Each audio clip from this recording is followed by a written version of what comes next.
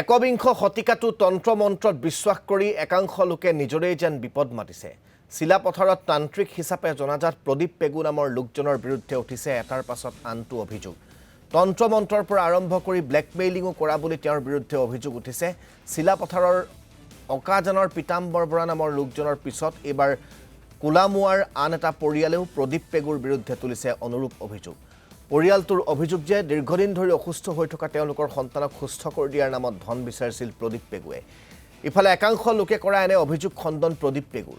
প্ৰদীপ পেগুৰ বিৰুদ্ধে চিলাপথাৰ আৰক্ষী থানাত ভুক্তভোগী পৰিয়ালে দাখিল কৰা এজাহাৰৰ ভিত্তিত আৰক্ষীয়ে তদন্ত কৰিলে বহু কথা পোহৰলৈ আহিব বুলি ভুক্তভোগী পৰিয়ালসমূহে দাবী কৰিছে।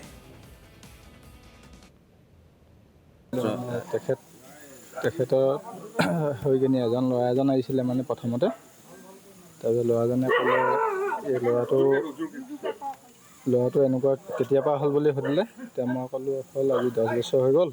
তেনেকৈ ভাল কৰা মানুহ এজন আছে বোলে, প্ৰদীপ পেগুৰ কথা ক'লে। তাৰপিছত ভাল কৰিব পাৰে যে তেতিয়াহ'লে তুমি লৈ আহিবা।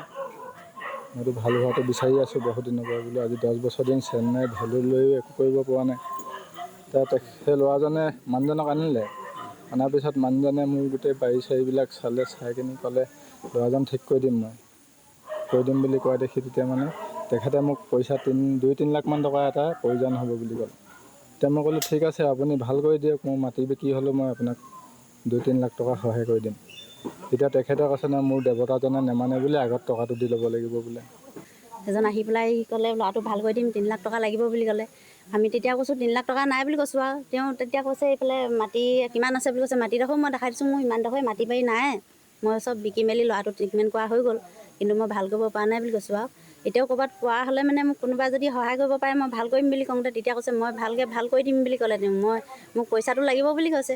মই এতিয়া পইচাটো ল'ৰাটো ভাল কৰি দিলে মানে মই য'ত হ'লেও মই মাটি ঘৰ ভেটি বিকি হ'লেও মই আপোনাক দিম, ল'ৰাটো ভাল কৰি দিব লাগে বুলি ক'লোঁ।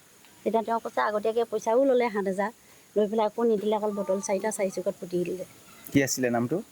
প্ৰদীপ পেগু হয় চাগে, প্ৰদীপ পেগু। তেওঁ কি হয় আচলতে? বেজ বুলিকে আহিছিলে, কিন্তু কি হয় ইমান নাজানো। বেজ বুলিয়ে বেজৰ হেৰি বিষয় লৈ আহি আছিলে আমাৰ ঘৰত। আপোনাক চিলাপথাৰৰ এজন পিতাম্বৰ বৰা বোলা এজন মানুহে আপোনাৰ ওপৰত অভিযোগ আনিছিলে যে, বা এই অভিযোগ অনাৰ উপৰিও তাৰমানে চিলাপথাৰ থানাত এখন FIR দাখিল কৰিছে।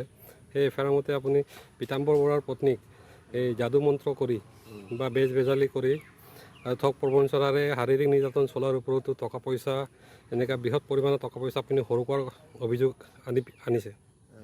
সেই বিষয়ে আপোনাৰ কি ক'ব? মইতো FIR দিয়াটোতো সঁচা কথা।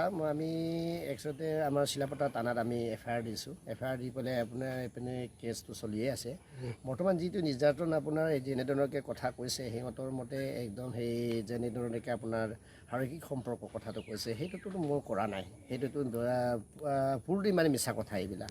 আৰু যিটো পইচাৰ কথা কৈছে, যিটো অহা যোৱা কৰি পেলাই পইচা লৈছে, সেইটোতো মিছা কথা। সেইটোতো আপোনাৰ ধৰক যদি লৈছে যদি আমাক ফটোটো দেখাই দিব লাগে, যে যাতে মানে সেই বস্তুটো ৰাইজে কিবা এটা ভাবিব পাৰে আমিতো লোৱা নাই। সেনেকৈতো তন্ত্ৰবিদ্যা আৰু মন্ত্ৰবিদ্যাটো আজিকালি যুগত সেইটো বিশ্বাসো নহয়। আৰু মই মিবু হিচাপে কৈছোঁ যে মিচিং সমাজত আমি মিবু আগৰ পৰা কৰি আছোঁ, আৰু আমাৰ মিচিং মানুহে আমাক বিশ্বাস কৰি আমি মোৰ নিজৰ ঘৰলৈকে নিজে বিশ্বাস কৰি আমাৰ ঘৰলৈ আহে। কিন্তু সেই ওপৰত আপোনাৰ যাদু মন্ত্ৰৰ ওপৰতো মই নিজে মিবু হিচাপে মই বিশ্বাসেই নকৰোঁ। সেইটো যাদু মন্ত্ৰ কৰিব যে কাৰোবাই বেয়া কৰিব, ধন দিব বা কোনোবাই ধন লুটিব, সেইটো কথাটো অসম্ভৱ কথা।